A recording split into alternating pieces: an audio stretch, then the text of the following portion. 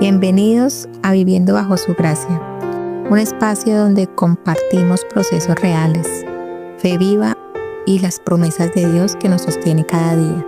Soy Marce y hoy caminamos juntos bajo su gracia. Hola, bendiciones a todos, Dios les bendiga, espero que todos estén muy bien. Contarles que en estas nuevas 3 quimios han sido también muy difícil, como siempre, pero aquí tenía un dolor constante emocional, porque no solamente era físico, sino que era espiritual y emocionalmente. Me encontraba muy mal y me daba cuenta que cuando el corazón sufre, cuando el alma sufre, el cuerpo se resiente mucho más. La 8ª quimio empezó el 18 de junio y ahí empezó un poco a desencadenar todo lo que viví. Les contaba en el anterior capítulo de soltar, ¿no? Y soltar no es fácil. Es una palabra muy complicada y cuando uno quiere soltar, muchas veces lo que hacemos es aferrarnos cada vez más. Es como al contrario, que a pesar de que sabemos que nos está haciendo daño ciertas cosas, no soltamos y aún sabiendo el beneficio que traerá a nuestras vidas, pero eso es lo que me estaba pasando en ese momento y me estaba ocurriendo en todos los ámbitos de mi vida. El Señor me hablaba en Jeremías 15 del 18 al 21 y esa palabra llegó tan profunda a mi corazón porque en ese momento yo sentía un dolor, como yo les decía, constante. Emocionalmente estaba con mucha ansiedad, estaba muy triste y yo le decía al Señor que por qué no me sanaba esas heridas, ¿no? Y bueno, porque este proceso era tan difícil, se estaba haciendo como tan difícil y en esos días pues necesitaba soltar muchas cosas. Y en Jeremías 15, del 18 al 21, el Señor me hablaba de una forma tan impactante porque yo me sentía como Jeremías.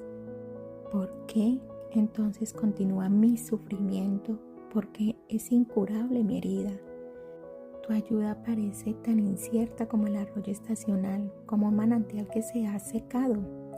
Y el Señor respondía: si regresas a mí, te restauraré para que puedas continuar sirviéndome.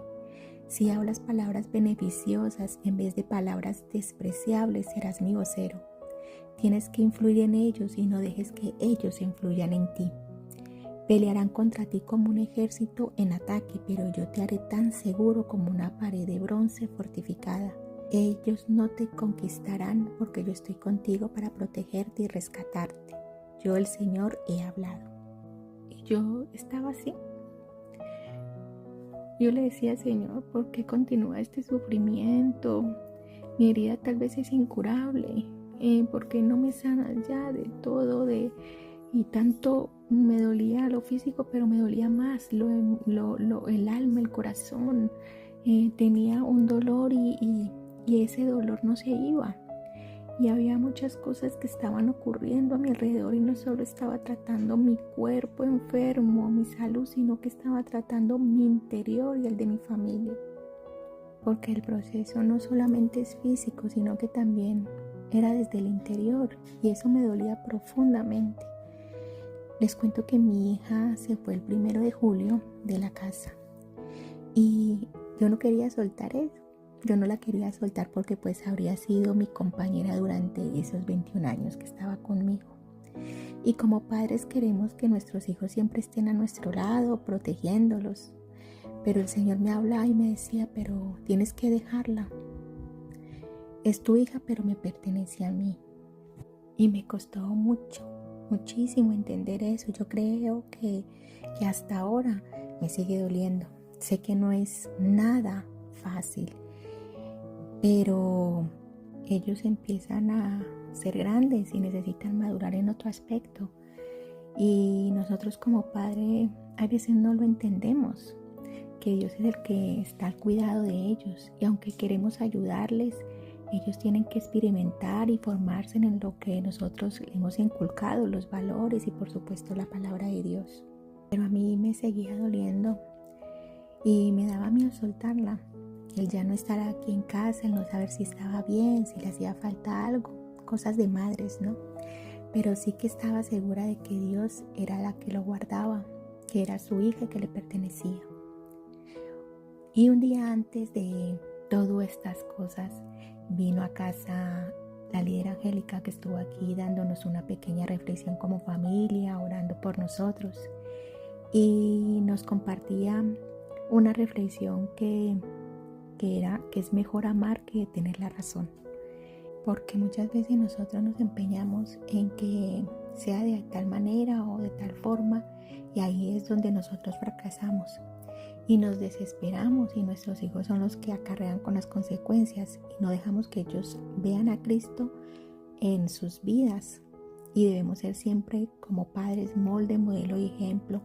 Aunque no seamos perfectos como padres, nuestros hijos verán la obra de Cristo, y que siempre creemos darle lo mejor, los mejores consejos, porque siempre vamos a querer lo mejor para ellos. Y mi mente estaba con tantas cosas en la cabeza y yo no entendía, pero aún decidí soltar. Pero les cuento que empezó la batalla en mi mente. Antes de que me pusieran la otra quimio, pues no me lo habían podido dar antes porque estaba con anemia y un poco enferma, y por eso hasta el 10 de julio me hicieron la 9ª quimio, que seguía con mis dolores articulares por el calor que hacía. Estaba muy afónica, pero la oncóloga me vio ese día antes de la quimio y todos los analíticos salieron bien, pero ella me estuvo mirando el pecho, y cuando la estaba palpando, pues ella sintió unas bolitas que yo ya me había sentido antes y se lo había comentado, y ella me dijo en ese momento que a lo mejor se había partido en dos, y quieras o no, pues eso me puso muy nerviosa. Me mandaron unos exámenes, pero claro, yo salí de allí hacia que me dieran la quimio, pero me sentía tan vulnerable en esos momentos, y todo lo que estaba pasando emocionalmente me sentía mal. Y el Señor me mostraba un proverbio que era 18:14, que dice la palabra de Dios: el espíritu humano puede soportar un cuerpo enfermo, pero ¿quién podrá sobrellevar un espíritu destrozado? Y yo me sentía tan mal en esa batalla que en ese momento mi mente estaba luchando por dentro porque no le encontraba sentido a nada. Tenía miedo, mis pensamientos estaban llenos de dudas, y yo le decía al Señor: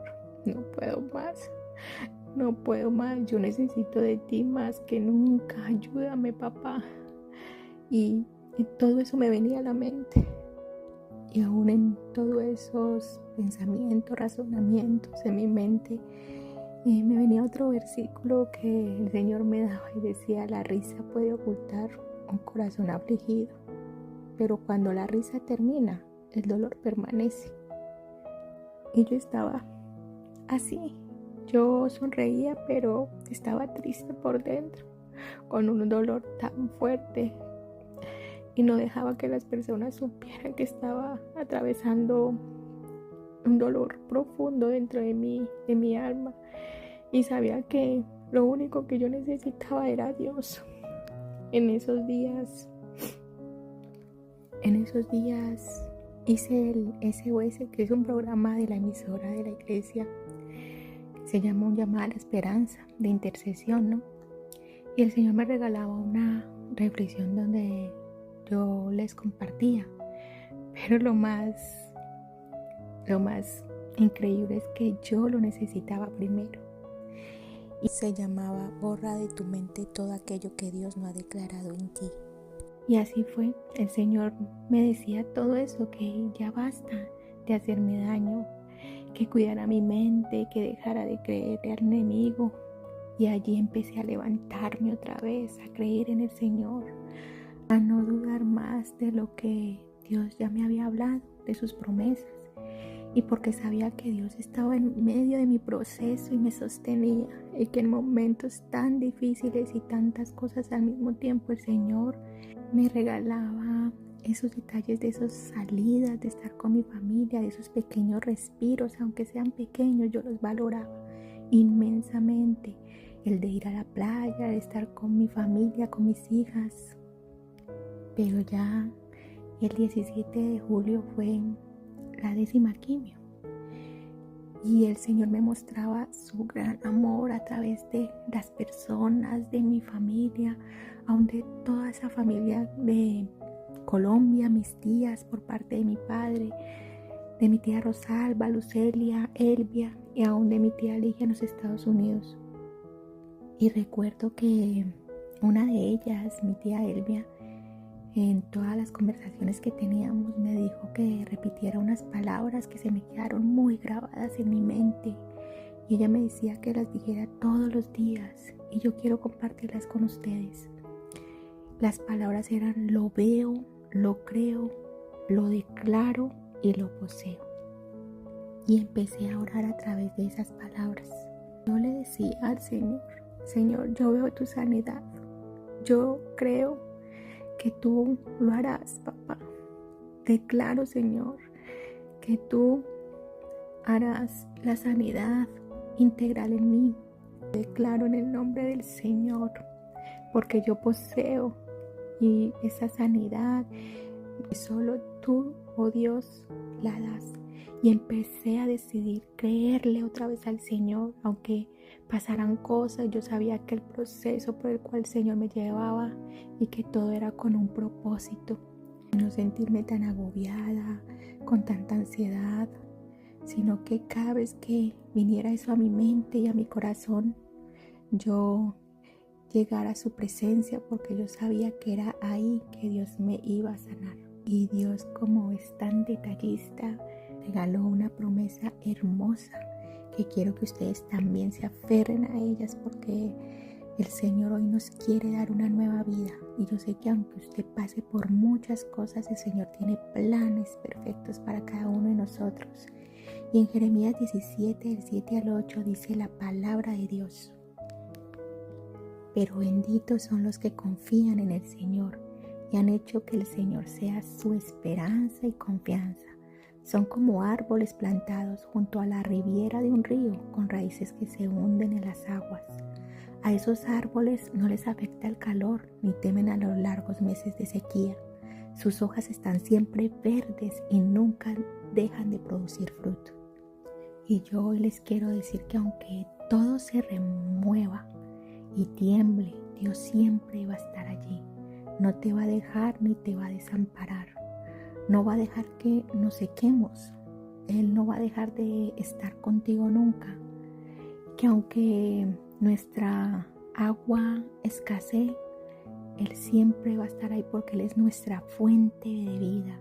Nosotros vamos a echar raíces, que aunque no importa el calor, no importa el frío, sino que tu hoja va a reverdecer y que tu vida también lo va a hacer. Va a florecer a pesar de la sequía que estés atravesando en este momento, porque ahí es donde el Señor se glorifica. Tu paz no depende de lo que tú estés viviendo hoy. Todo pasará. Así que te digo con honestidad, que Dios te bendiga y que no dejes de creer, aunque todo parezca oscuro y aunque todo parezca tan gris. Dios siempre va a estar con nosotros, no nos va a dejar. Así que les mando un fuerte abrazo, que Dios me los bendiga y nos vemos en el próximo episodio. Un abrazo.